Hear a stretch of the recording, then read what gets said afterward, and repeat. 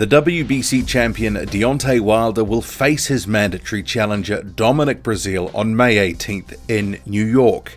It will be the 9th defense of his title that Wilder has made since 2015, although this one was foisted upon him after the Tyson Fury rematch fell through.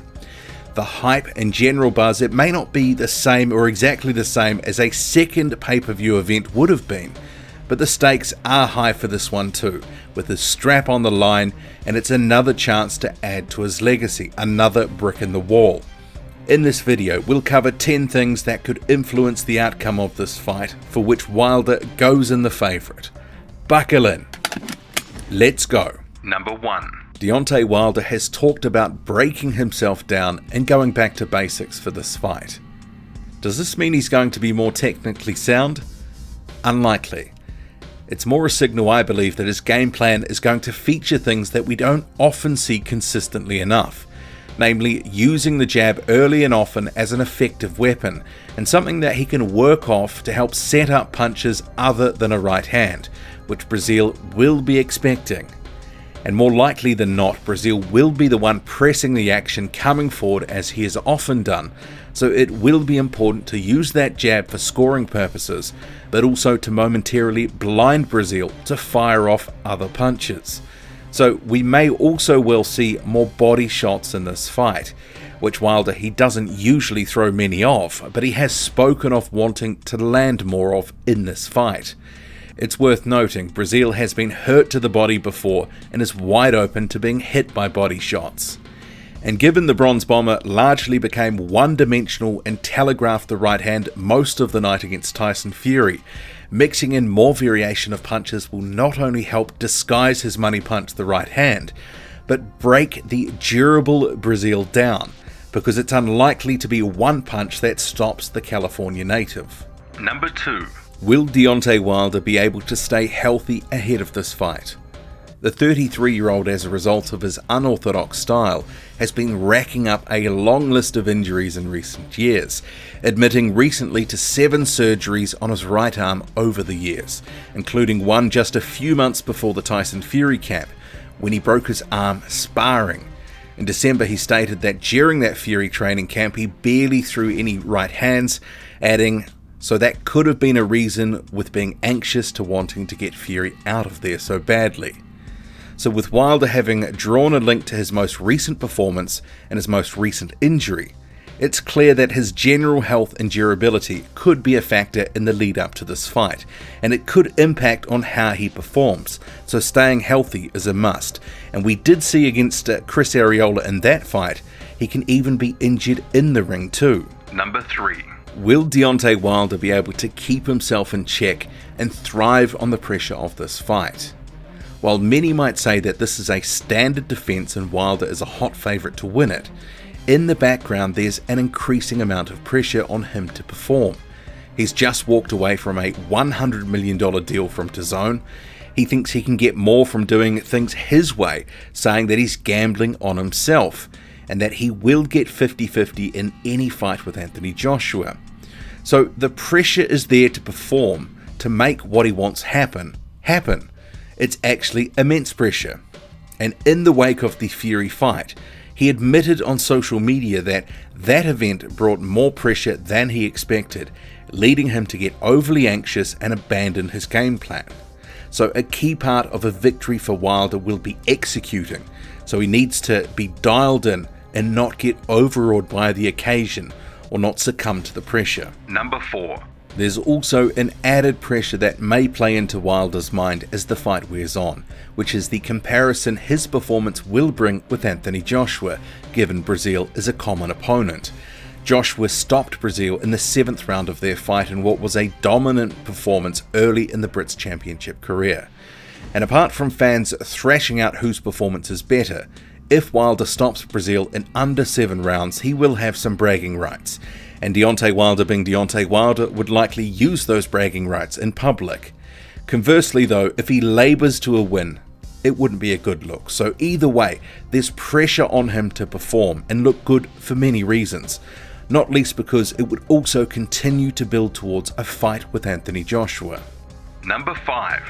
A question heading into this fight is, what will Deontay Wilder's weight be?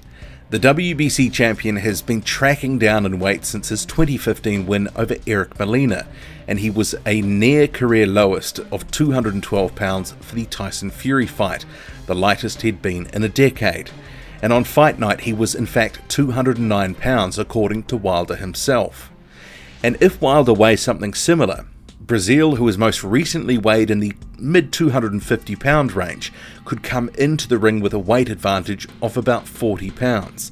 Whether he can use that weight to his advantage, well, that's another story. And the reason that coming down in weight is interesting is it hasn't really been explained.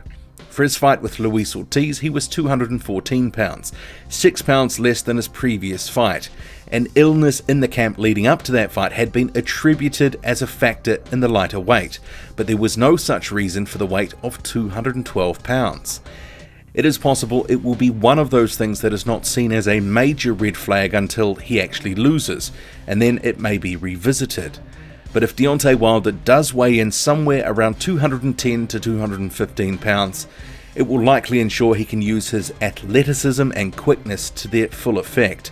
And against an opponent that is seen as somewhat slow and plodding, this will be an advantage. Number 6. Can Dominic Breazeale upset the apple cart and take Deontay Wilder's WBC belt?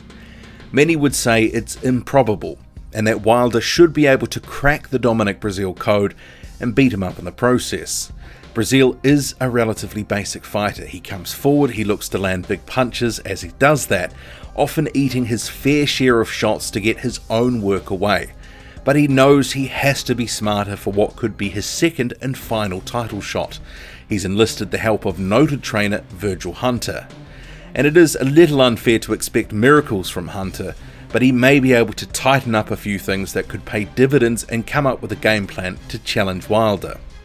Hunter himself, he was a commentator for Breazeale's 2017 fight with Izu Ogono, and he noted in the fight that Breazeale needed to make better use of his jab to try stop Ogono closing the distance at will and landing body shots. Even in his most recent fight against Carlos Negron, the jab became an afterthought very early in the fight, and when it was used, it was more of a pouring jab as opposed to a weapon.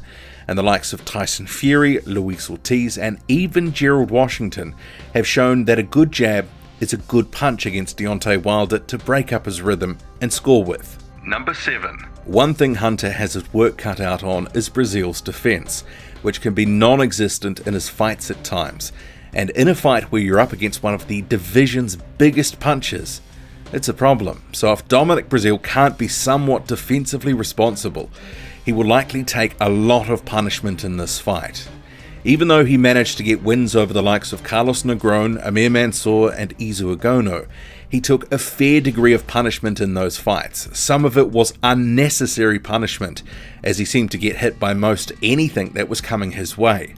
And not only does he take punishment to the head while having a high guard up, his body is badly exposed basically all the time, and he is open for business should Deontay Wilder want to invest to the body. Number 8. While Breazeale may be slow, plodding, and hittable, I don't think that's an unfair assessment. He has weathered storms before in fights to emerge victorious. His durability is one of the biggest assets, and he has shown before that he can be on the end of a vicious combination, but still throw a shot in the midst of that to put someone down on the canvas, as he did with Izu Ogono. So it's not inconceivable that Breazeale starts to take punishment in this fight, but then lands something significant to change the course of the fight. It could happen. And one thing is for sure, Dominic Breazeale has never been short on heart. He will get up, he will keep coming until the ref stops it, or until he is laid out for the count. Number 9. Dominic Breazeale has made no secret he has a burning desire to hurt Deontay Wilder, and hurt him badly. The genesis to this bad blood between the two was an altercation between Breazeale and Wilder's entourage in a hotel in February 2017 after Wilder's win over Gerald Washington. Breazeale featured on the undercard. For a time, Breazeale was pursuing legal avenues in relation to the incident, which occurred in front of his family. And Breazeale has been left fuming since a number of times from statements that Wilder has made about him. including one where the WBC champion said he wanted to look in the eyes of Breazeale's son, so he could know the man who was going to cripple his daddy. This led to an infamous rant on social media. You ain't shit. For one man to talk about another man's son, and to talk about crippling a man in the ring, you ain't nothing, man. You got the heavyweight championship. That's about it. So Breazeale is not short on motivation and desire for this matchup. But can he harness this aggression and not let his emotions get the best of him come fight night? It remains to be seen. And another open question is, what impact will Breazeale's relative inactivity play in this fight, having fought just once since 2018? Number 10.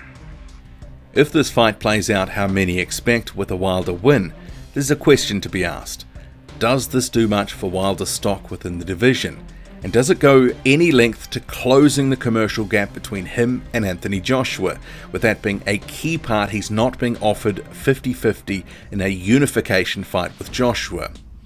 There are many schools of thought on this, but first and foremost, Wilder has to win, and the thing that helps his profile, to some extent at least, is the manner in which he wins. And with the sums of money that are being thrown around for Wilder to make, should he continue to win, should he eventually fight Tyson Fury, should he eventually fight Anthony Joshua, there is a lot on the line, and he has to avoid this being a banana skin fight. What do you make of it all? Drop a comment, loud and often. Hit like, hit subscribe, follow me on Twitter, boxing_squared. I'm out.